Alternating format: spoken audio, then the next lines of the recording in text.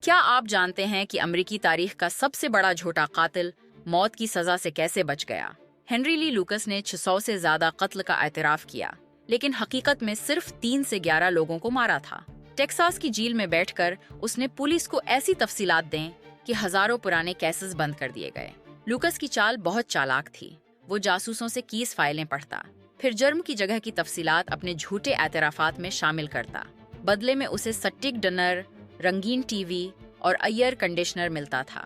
جب locus task force نے تحقیق کی تو پتا چلا کہ بہت سے قتل کے وقت وہ دوسری ریاستوں میں یا جیل میں تھا۔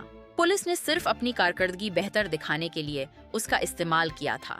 آخر میں ثابت ہوا کہ جس قتل کی وجہ سے اسے موت کی سزا ملی تھی وہ بھی اس نے نہیں کیا تھا۔